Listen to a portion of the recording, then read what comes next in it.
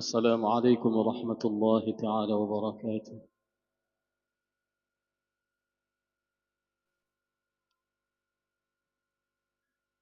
الحمد لله رب العالمين في كل لمحة ونفس عدد ما وسعه علم الله. اللهم صل على سيدنا محمد النبي الأمي الحبيب العالي القدر العظيم الجاه بقدر عظمة ذاتك وعلى آله وصحبه وسلم في كل لمحة ونفس بعدد كل معلوم لك.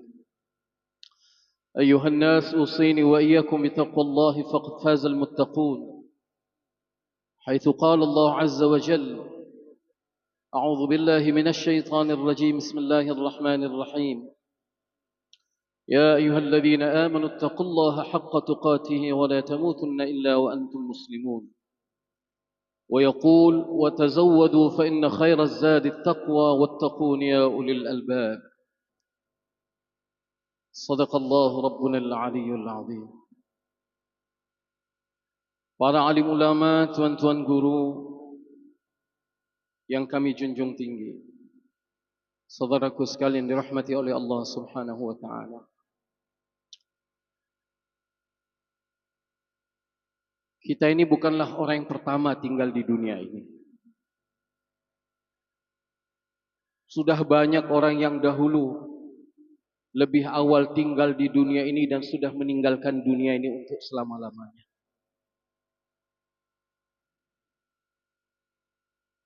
Sekarang giliran kita tinggal di sini. Dan kita pun tidak lama lagi akan meninggalkan tempat ini untuk selama-lamanya. Jangan kita menyangka kita orang pertama di sini. Dan jangan pula kita berangan-angan kita akan selama-lamanya di sini.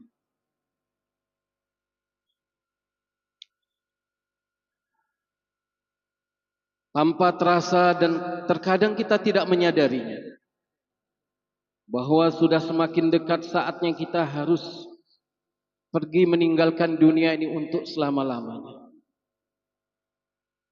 Ada sebahagian di antara kita, bahkan anaknya lebih dahulu meninggalkan dia.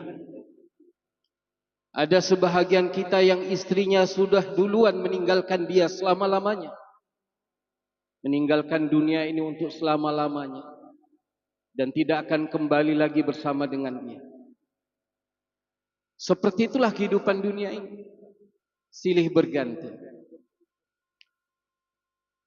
Saudaraku sekalian dirahmati oleh Allah Subhanahu wa taala, sudah semakin dekat saatnya kita pindah ke kampung kita yang sebenar-benarnya, kampung yang memang sudah dijanjikan sejak awal oleh Allah Ta'ala untuk kita menetap, ya ini kehidupan akhirat.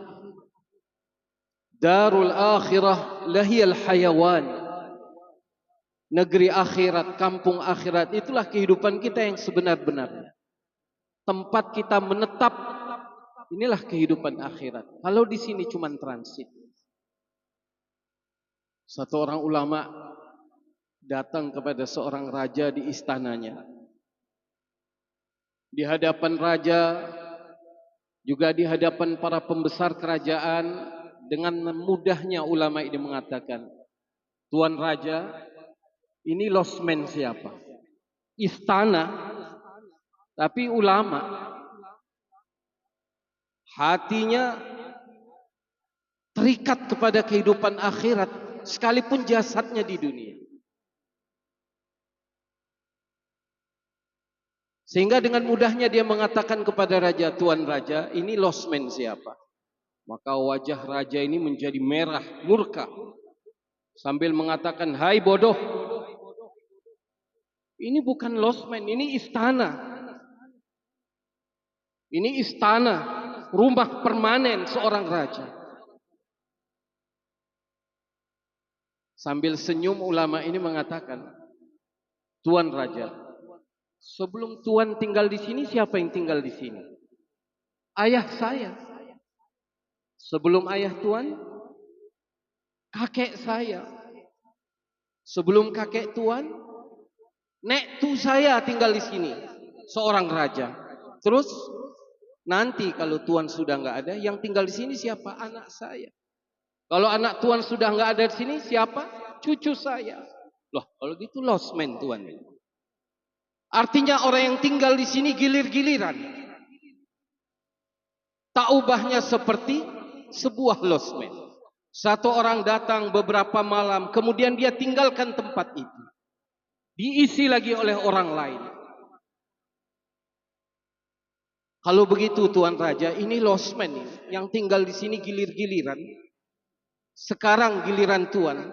Dan tidak lama lagi Tuhan akan meninggalkan tempat ini dan akan digantikan oleh anak Tuhan. Seperti inilah hadirin yang mulia, kesadaran orang yang telah paham maksud itu.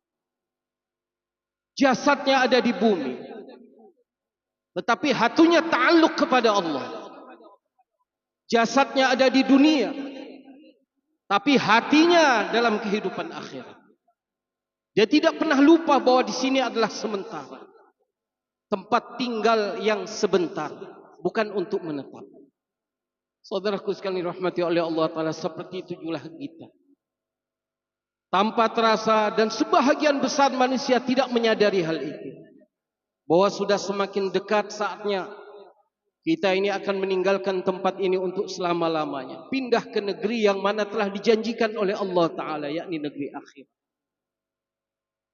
Para ulama mengatakan sebenarnya setiap langkah-langkah kaki kita yang secara zahir tampak, pergi ke sawah, pergi ke ladang, pergi ke kantor, langkah-langkah kaki kita membawa kita ke perdagangan kita.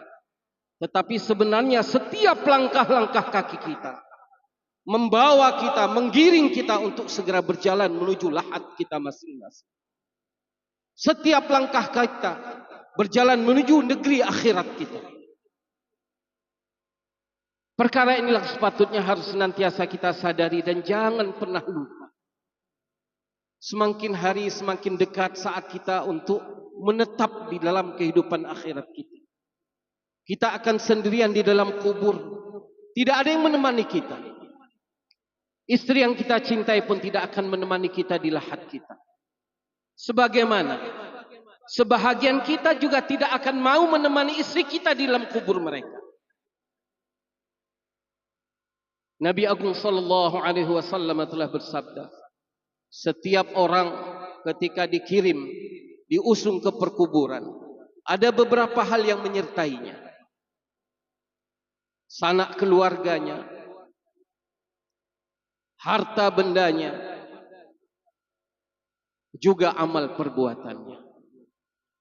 Sesaat setelah mayat diletakkan di liang lahat dan kemudian dipendam di dalam tanah, dikubur,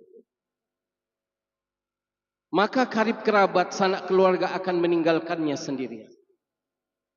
Sebagian harta yang menyertainya ke perkuburan, misalnya kendaraan yang digunakan membawa mayat, sebahagian kasur, katakanlah mungkin sehelai tikar, ini juga akan dibawa pulang. Yang tetap tinggal bersama dengan si mayit adalah iman dan amal soleh. Hadirin yang dimuliakan oleh Allah Subhanahu wa Ta'ala, sudah semakin dekat saatnya kita akan berjumpa dengan yang mulia Nabi Agung Baginda Rasulullah Muhammad sallallahu alaihi wasallam. Maka sepatutnya kita berfikir, kalaulah nanti kita berjumpa dengan Nabi Agung sallallahu alaihi wasallam di mahsyar, adakah Nabi menyambut kedatangan kita dengan senyuman dan akan memberi syafaatnya kepada kita? Atau wal'iyadzu billah akan menerima kedatangan kita dengan cemberut dan berpaling muka dari kita? Saat ini sudah hampir tiba, saudaraku sekalian. Maka sudah saatnya setiap kita segera mengambil keputusan dan menentukan sikap untuk memperbaiki hubungan kita semakin baik kepada Nabi sallallahu alaihi wasallam. Makin hari hubungan kita makin mesra dengan Nabi Agung sallallahu alaihi wasallam. Sekecil apapun sunnah yang kita telah tahu, kita junjung tinggi dan kita hidupkan dalam diri kita. sebanyak yang mampu kita lakukan berselawat kepada Nabi Agung sallallahu alaihi wasallam. Nabi Agung sallallahu alaihi wasallam telah bersabda, "Aulan nasi bi yaumil qiyamah aktsaruhum alayya salatan." Orang yang paling dekat duduknya dan dekat kedudukannya denganku kelak pada hari kiamat adalah orang yang paling banyak bersalawat kepadaku. Duduknya dekat dengan Nabi dan kedudukannya juga rapat dengan Nabi Agung sallallahu alaihi wasallam. Yang mana ini jelas merupakan isyarat syafaat Nabi akan bersama dengannya. Jelas kata Nabi, "Aktsaruhum alayya salatan." Orang yang paling banyak bersalawat kepada Nabi Agung sallallahu alaihi wasallam. Kalau Allah zat yang tidak berhajat pun senantiasa bersalawat kepada Nabi sallallahu alaihi wasallam. Para malaikat yang suci pun senantiasa tidak putus salawat ke atas Nabi Agung sallallahu alaihi wasallam. Apalagi kita yang memang sangat berhajat kepada syafaat Nabi. Tidak ada jalan selamat bagi kita yang tidak mendapatkan salawat, tidak mendapatkan syafaat dari Nabi sallallahu alaihi wasallam. Tidak ada jalan selamat bagi kita. Maka saudaraku sekalian dirahmati oleh Allah Ta'ala, segeralah buat keputusan, menentukan sikap, meluangkan waktu sebanyak-banyaknya untuk senantiasa berselawat ke atas Nabi Agung sallallahu alaihi wasallam. Dan ulama mengatakan, di antara banyak selawat-selawat, sigat selawat itu banyak sekali. Salawat yang paling tinggi, salawat yang paling agung adalah salawat yang di sana tidak ada huruf dan tidak ada suara. Salawat tidak ada hurufnya, wa salawat Fatih jelas. Allahumma salli ala sayyidina Muhammadin al-Fatih lima ughliqa wal khatim lima sabaqa nasiril haqqi bil haqqi wal hadi ila siratikal mustaqim wa ala alihi haqqa qadrihi wa miqdarihi al-azim, dengan ganjaran yang sekian-sekian. Salawat sa'adah, Allahumma salli ala sayyidina Muhammadin adada ma fi ilmillahi salatan daimatan bidawami mulkillah, seimbang dengan 600.000 kali salawat. Salawat Ibrahimiyah, salawat yang masyhur yang kita gunakan di dalam tahiyat kita. Tetapi dari semua salawat-salawat ini adalah salawat yang paling agung, yang mana para malaikat pun tidak bisa mengukur betapa besar ganjalan daripada salawat ini. Salawat yang tidak ada hurufnya dan salawat yang tidak ada suaranya. Apa itu? Mengamalkan sunnah zahir dan batin Nabi Agung sallallahu alaihi wasallam dalam kehidupan kita. Sambil mengatakan dalam hati kita, ya Allah, tidaklah aku melakukan hal ini semata-mata karena aku meyakini seperti inilah kekasihmu, junjungan kami telah melakukannya, dan aku melakukannya semata-mata ittiba' kepada beliau demi untuk mendapatkan kecintaan dan keridhaan. Selawat yang paling agung. Saudaraku sekalian rahmati oleh Allah Ta'ala, sudah semakin dekat saatnya kita berjumpa dengan Allah Subhanahu wa Ta'ala. Sudah semakin dekat saatnya setiap kita akan berdiri di mahkamah Allah Subhanahu wa Ta'ala. Mahkamah yang di sana tidak ada pembela, tidak ada pengacara, tidak ada ahli bahasa, tidak ada penterjemah. Hanya kita dengan Allah Subhanahu wa Ta'ala. Dan semuanya harus kita pertanggungjawabkan di hadapan Allah. La yazalu qadamai ibni Adam, tidak akan bisa bergeser kedua telapak kaki anak Adam. Maksudnya di mahkamah Allah Subhanahu wa Ta'ala, hatta yus'ala an arba', sehingga ditanya kepadanya dengan 4 hal. Yang pertama,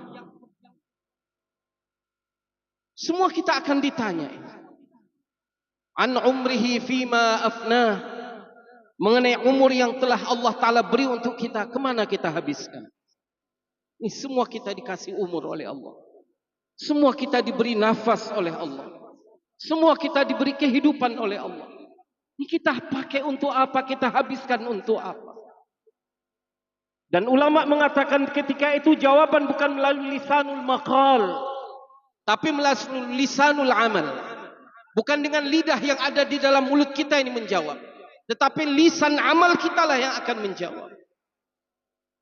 Bahkan anggota tubuh kita ini akan menjadi juru bicara, akan memberikan jawaban atas apa yang telah kita lakukan. Nabi SAW bersabda, yang pertama sekali akan menjawab adalah paha sebelah kanan kita. Apa yang telah dia lakukan dalam kehidupan dunia. Anggota tubuh kita, apa yang telah dilakukannya akan memberikan jawaban kepada Allah. Dan mereka tidak akan pernah berdusta. Al-yawma nakhtimu ala afwahihim wa tukallimuna aydihim wa tashhadu arjuluhum bima kanu yaksibun. Semua kita baca ayat ini. Semua bahkan hampir kita hafal ayat ini. Lisanul maqal akan dikunci oleh Allah. Lisanul maqal tidak akan menjawab, tidak akan bicara. Anggota tubuh kita lah yang akan berbicara. Wa an syababih, mengenai usia muda kita. Fima ablah, kemana dia gunakan. Saudaraku sekalian, kata ulama, usia muda ini sebenarnya bahagian dari umur kehidupan kita. Tapi secara spesifik dia tetap ditanya oleh Allah. Sebenarnya kalau ditanya umur, usia muda sudah masuk. Tetapi usia muda akan ditanya secara khusus oleh Allah Ta'ala. Di usia muda kita ngapain kita? Apa kesibukan kita di usia muda kita? Hari ini kesan ketika satu orang lalai dari agama, lalai dari amal, bermaksiat kepada Allah. Dengan mudahnya kita mengatakan, bahkan orang tuanya mengatakan, dia kan masih muda. Biasa. Padahal saudaraku sini rahmati oleh Allah Ta'ala. Ketaatan kepada Allah adalah mutlak, baik ketika muda ataupun ketika tua. Karena kematian tidak akan menangkap hanya orang-orang yang telah berusia tua. Kerap orang-orang muda bahkan masih kanak-kanak telah ditangkap oleh kematian. Sementara yang tua bahkan sudah bangka, tapi belum juga menemui kematiannya. Saudaraku sekalian rahmati oleh Allah Ta'ala. Allah takjub kepada orang yang telah tekun dalam ketaatan kepada Allah tatkala masih usia muda. Sab'atun yuzilluhumullah fi dhillihi yawma la dhilla illa dhilluh, kata Nabi. Ada 7 golongan manusia yang mana kelak mereka akan berada di bawah naungan arasy Allah. Pada saat itu tidak ada naungan kecuali naungan Allah di bumi mahsyar. Salah satu di antara mereka adalah wasyabun nasya'a fi ibadatillah. Orang itu sudah tekun dalam ibadah justru pada saat masih usia muda. Kalau tua tekun lumrah, sudah usia tua, tawajuh kepada Allah wajar, tidak ada istimewanya. Kata Imam Malik rahimahullahu ta'ala, gurunya Al-Imam Asy-Syafi'i, usia 40, jadikan masjid sebagai rumahmu. Usia 60 tahun, jadikan kafan sebagai pakaianmu. Jadi ahlul masjid adalah wajar ketika sudah berusia 40 tahun. Enggak istimewa-istimewa kali. Fikirnya senantiasa kepada kehidupan akhirat. Seluruh kehidupannya adalah ketaatan. Tidak sekelip mata pun lagi maksiat. Kalau sudah usia 6 tahun, 60 tahun, wajar. Enggak ada yang patut dipuji. Tetapi di usia muda, di usia remaja, mereka telah tekun ibadat kepada Allah. Kerap karena istighfarnya kepada Allah, jatuh air matanya tanpa terasa. Ketika manusia lelap tidur, justru mereka telah bangun di tengah malam. Munajat kepada Allah di usia muda. Inilah yang dikagumi oleh Allah Subhanahu wa ta'ala. Sehingga mereka akan mendapat naungan Allah pada saat di mana tidak ada naungan kecuali naungan Allah ketika itu. Saudaraku sekalian, sudah saatnya setiap kita mengambil keputusan dan segera menentukan sikap untuk menjadikan seluruh kehidupan kita hanya untuk mendapatkan keridhaan Allah. Kita selalu mengucapkan inna salati wa nusuki wa mahyaya wa mamati lillahi rabbil alamin la syarika lah. Wa bidzalika umirt. Wa bidzalika umirt. Untuk itulah aku diperintahkan oleh Allah. Kita diperintah oleh Allah untuk apa? Untuk menjadikan salat kita, korban kita, ibadat kita, kehidupan kita, bahkan kematian kita hanya untuk Allah Subhanahu wa taala. Saudaraku sekalian rahmati oleh Allah taala. Mumpung masih ada waktu, tinggal di dunia sebentar lagi, maka kita gunakan apapun yang ada untuk membangun kehidupan akhirat kita. Karena sebentar lagi kita akan tinggalkan dunia ini untuk selamanya. Dan kita akan menetap di akhirat untuk selama-lamanya. Untuk waktu yang tidak berbatas waktu. Apapun yang kita miliki. Umur, nafas, usia muda, sehat, kaya, kecerdasan otak, pengaruh publik, kita gunakan untuk membangun kehidupan akhirat kita. Allah beri kita istri dan anak-anak. Kita gunakan untuk membangun kehidupan akhirat kita. Kita punya tanggung jawab untuk menyelamatkan istri dan anak-anak kita dari api neraka. Seorang istri yang salihah, doa-doa mereka lebih makbul daripada doa 70 orang wali-wali Allah. Satu orang istri yang salihah lebih baik daripada 1000 laki-laki saleh. Alangkah beruntungnya, kata Nabi, ketika satu orang itu mendapatkan beberapa hal, berarti ia telah mendapatkan seluruh kebaikan dunia dan akhirat. Yang pertama, lisanan dzakirah, lisan yang senantiasa berzikir kepada Allah. Wa qalban syakira, mendapatkan hati yang senantiasa syukur kepada Allah. Dan memiliki istri yang salihah. Tapi bagaimana istrimu jadi salihah? Kita enggak beri agama kepada mereka. Padahal tanggung jawab kita adalah menyelamatkan istri dan anak-anak kita dari api neraka. Ya ayyuhalladzina amanu qu anfusakum wa ahlikum nara. Istri kita yang sebenar-benarnya adalah istri yang bisa berkumpul dengan kita dalam syurga Allah Subhanahu wa taala. Bukan kita jalan sendiri, istri jalan sendiri. Alangkah sayangnya Allah. Alangkah kasih sayangnya Allah dalam menatap seorang hamba yang mana ia salat 2 rakaat di malam hari, kemudian dia membangunkan istrinya juga untuk salat. Saling membangunkan di dalam salat malam. Saling tolong menolong dalam amar ma'ruf nahi munkar. Saling tolong menolong dalam menegakkan salat dan menunaikan zakat. Wal mu'minuna wal mu'minat ba'duhum awliya'u ba'd. Suami istri saling tolong menolong dalam mentaati Allah. Demikian juga anak-anak. Anak kita yang sebenar-benarnya adalah anak yang manfaat untuk kehidupan akhirat kita. Tatkala kita dalam bahaya nanti di akhirat, anak kita yang jadi ulama akan mensyafaati kita.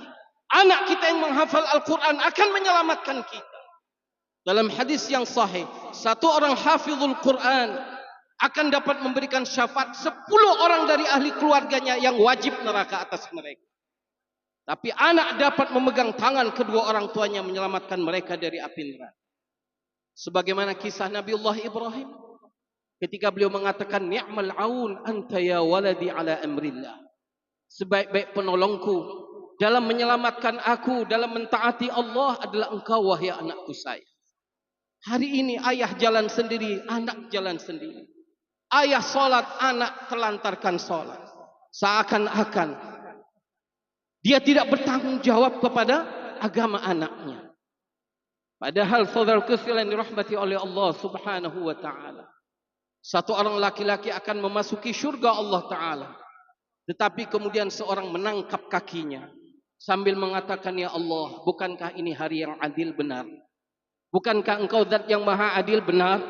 Bukankah ini mahkamah yang adil benar? Wahai Allah, benar ini ayahku. Dan dia adalah orang yang soleh, menjaga solatnya, menunaikan zakatnya. Tetapi dia tidak mengajakku, tidak menyuruhku untuk mentaatiku. Tidak ada jalan selamat, saudaraku sekalian, ketika kita merasa cukup dengan diri kita. Allah Ta'ala katakan dalam Al-Quran, udkhulul jannata antum wa azwajukum tuhbarun. Masuklah kamu dalam syurga, bergandengkan tangan dengan istrimu, dengan anak-anakmu menuju syurga Allah Subhanahu wa Ta'ala. Saudaraku sekalian rahmati oleh Allah Ta'ala, segeralah mengambil keputusan dan menentukan sikap untuk kita segera berbuat bekal, menyiapkan bekal untuk kehidupan yang selama-lamanya. Bukan bekal untuk 100 tahun, 1000 tahun, tapi bekal hidup yang selama-lamanya. Dan sebaik-baik bekal adalah iman dan amal saleh. Setinggi-tinggi iman adalah la ilaha illallah Muhammadur Rasulullah. Serendah-rendah bahagian iman menyingkirkan sesuatu yang menyusahkan manusia dari jalan, dan malu ada bahagian terpenting dari iman. Dan hak Allah Ta'ala terbesar setelah iman adalah salat. Saudaraku sekalian rahmati oleh Allah Ta'ala. Dan tidak lama lagi dunia ini akan kita tinggalkan untuk selama-lamanya. Segeralah menentukan sikap, mengambil keputusan untuk segera melepas keterikatan hati kita daripada dunia ini perlahan-lahan. Orang yang mananya hatinya terikat kepada dunia, fikirannya, otaknya terikat pada dunia, dia akan merasa pahit pada saat meninggalkan dunia.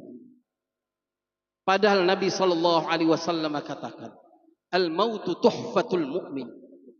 Saat paling indah, saat paling manis, saat paling mulia, saat paling indah bagi seorang mukmin adalah saat kematian. Karena apa? Apa yang menjadi miliknya telah dia kirim ke dalam kehidupan akhirat. Kehidupannya untuk membangun kehidupan akhirat. Anaknya telah dibentuk menjadi ahli akhirat.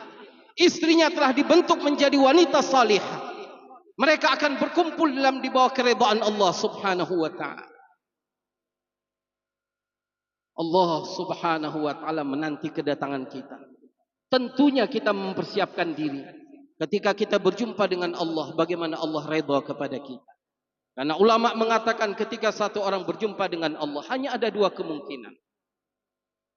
Dia jumpa kepada Allah dalam keadaan Allah tersenyum dan redha kepadanya. Atau justru Allah Ta'ala menerima kedatangannya dengan kemurkaannya. Nabi Agung SAW sudah menanti-nanti kedatangan kita. Para wali-wali Allah, orang-orang saleh terdahulu juga sudah menanti kedatangan kita. Syurga telah dihias besar-besaran. Sebagaimana Nabi telah mengkhabarkan kepada umat ini, setiap hari syurga dihias dengan seindah-indahnya. Dan syurga tidak berhenti dihias oleh Allah Ta'ala. Untuk apa? Untuk siapa? Untuk kedatangan orang-orang mukmin yang memang telah disiapkan akan menjadi raja-raja besar di dalam syurga Allah Ta'ala. Saudaraku sekalian dirahmati oleh Allah Subhanahu wa Ta'ala. Sekali lagi khatib mengingatkan, terutama diri khatib sendiri juga untuk kita semua. Kehidupan di dunia ini singkat dan hanya sekali. Itu pun yang tersisa hanya tinggal sedikit. Sebaik-baiknya kita gunakan. Orang yang cerdas adalah orang yang senantiasa sibuk dalam amal. Dia tekan hawa nafsunya dan sibuk beramal untuk bekal kehidupan akhirat. Al-kayyisu man dana nafsahu wa amila lima ba'dal maut. Orang yang cerdas kata Nabi, orang yang cerdik, orang yang brilian adalah orang yang mengendalikan hawa nafsunya dan beramal untuk bekal kehidupan setelah kematian. Wal ajiz, sementara orang yang lemah, orang yang goblok, orang yang idiot, manittaba'a nafsahu hawaha wa tamanna 'ala Allah. Hidup memperturutkan hawa nafsu, tetapi sambil berangan-angan jadi orang yang dekat dengan Allah Subhanahu wa ta'ala. Alhamdulillah, alhamdulillahi rabbil alamin. Fi kulli lamhatin wa nafasin 'adada ma wasi'ahu 'ilmu Allah. اللهم صل على سيدنا محمد النبي الأمي الحبيب العالي القدر العظيم الجاه بقدر عظمة ذاتك وعلى آله وصحبه وبارك وسلم في كل لمحة ونفس بعدد كل معلوم لك. أيها الناس أوصيني وإياكم بتقوى الله فقد فاز المتقون. قال الله عز وجل: أعوذ بالله السميع العليم من الشيطان الرجيم. بسم الله الرحمن الرحيم. يا أيها الذين آمنوا اتقوا الله حق تقاته ولا تموتن إلا وأنتم مسلمون. ويقول: كل نفس ذائقة الموت وإنما توفون أجوركم يوم القيامة فمن زحزح عن النار وأدخل الجنة فقد فاز وما الحياة الدنيا إلا متاع الغرور.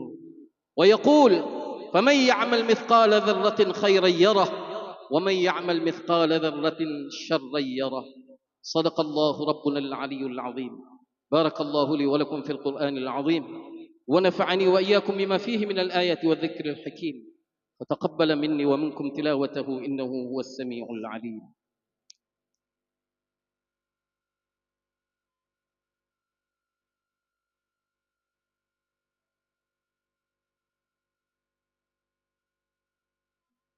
الحمد لله وحده صدق وعده ونصر عبده وأعز جنده وهزم الأحزاب وحده.